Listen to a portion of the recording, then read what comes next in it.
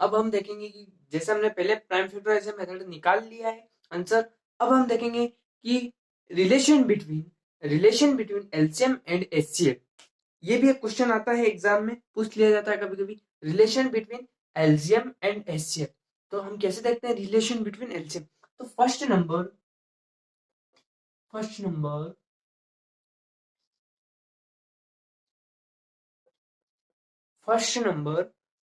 Number into second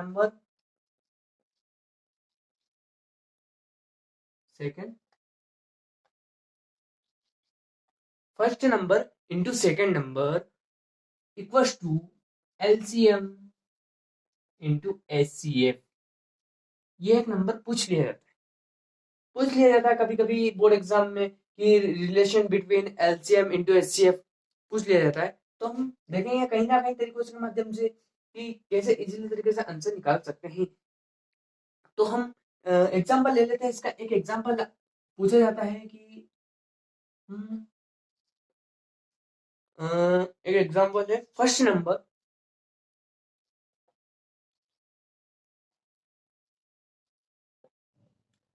क्या है आपके पास? फर्स्ट नंबर आपके पास 66 मान लो, क्या मान लो 66, क्या मान लो 66। अब सेकंड नंबर मान लो आप, क्योंकि हम इस आसान नंबर लेंगे कि आपको भी समझने में बहुत जल्दी हो जाएगी। सेकंड नंबर लेते हैं 420 मतलब 120। अब थर्ड नंबर क्या लेंगे? अब हम मान लेते हैं कि एचसीएफ हमको दिया रखा है 6, ठीक है, एचसीएफ क्या दिया रखा है 6। अब इसको हम ऐसे कैसी ये वैल्यू हम इस फॉर्मूले के में पुट कर देंगे। तो चलो फॉर्मूला में पुट करते हैं ये वैल्यू। तो हम 66 into 420 equals to LCM into HCF 6, ठीक है।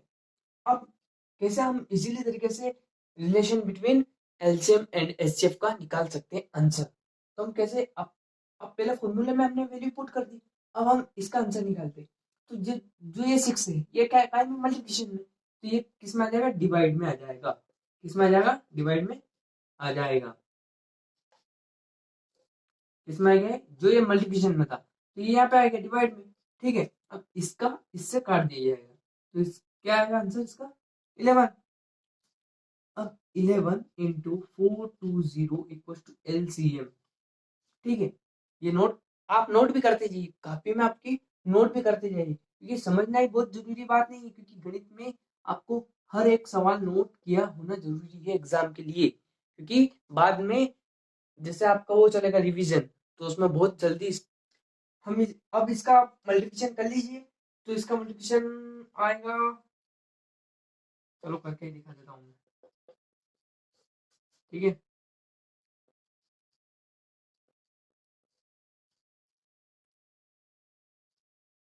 ठीक है, आ गया, बहुत इजीली तरीके से आपका आंसर आ गया है। अब हम आगे बढ़ते हैं, क्या proof that under two is irrational numbers, वो देखते हैं। अब ये आप नोट कर लीजिए, इसका फोटो क्लिक कर लीजिए और ये नोट कर लीजिए, और हमारे चैनल पर ऐसे बने रहिए, सब्सक्राइब कर लीजिए। और अब चलो हम आगे चलते हैं। Proof that under two is proof under two is irrational numbers, इसको प्रूफ करके दिखाएंगे। चलो आइए आगे, ऐसे ही बने रहिए चैनल पर।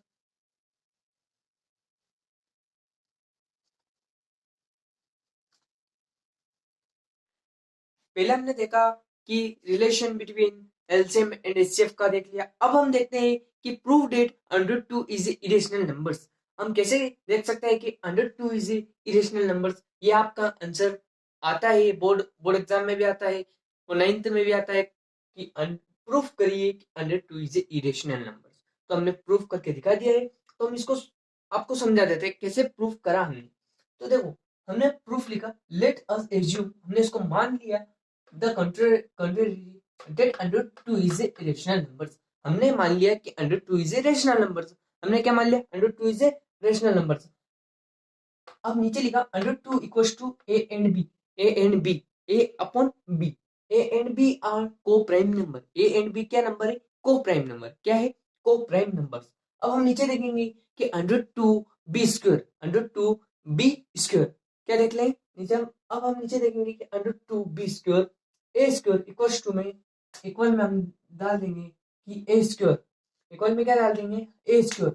तो स्क्वायरिंग बोथ साइड, ये पीछे लिखना बहुत जरूरी है क्योंकि एग्जाम में एग्जामिनर को भी समझ में आना चाहिए कि पीछे क्या लिखा आपने, ये कैसा कर रहे हो आप। तो स्क्वायरिंग बोथ साइड हमने क्या कर लिया, स्क्वायरिंग बोथ साइड हम क्या कर रहे हैं, एज्यूम कर रहे हैं, हर चीज को हम एज्यूम कर रहे हैं। Two B square equal to A square, two B square equal to A square.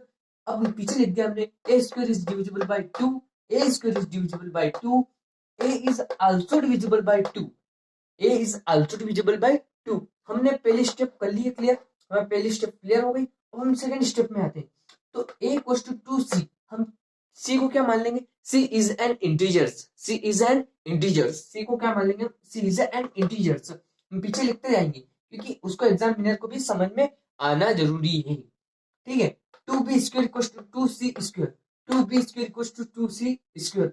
अब हमने क्या मान लिया, सी मान लिया, इसको क्या मान लिया सी, ए को क्या मान लिया हमने सी मान लिया। ठीक है, अब हमने इसका स्क्वायर निकाला तो इसको two B square equal to 4c square, ये आ गया हमारे पास। अब हमने इसको, ये दोनों इक्वल में तो इसको हम काट सकते हैं, ये दोनों क्या है इक्वल में तो हम इसको काट सकते हैं। तो हमने काटा तो B square equal to 2c square, B square equal to 2c square आ गया आंसर। अब फिर हमने इसको पीछे लिखा तो B square is divisible by 2, फिर नीचे लिखा हमने b is also divisible by 2। हमारी सेकंड स्टेप निकल गई थी। अब हम देखेंगे कि a and b having is a common factor 2, क्या है a एंड b, क्या है एक कॉमन फैक्टर से इसके 2 के। ठीक है, so this is a contradiction is arising because of our wrong assumptions. आपका आंसर आपने जो एज्यूम करा था वह रॉन्ग आया है। तो ये प्रूफ हो गया है कि under 2 is a irrational numbers, under 2 is a irrational numbers.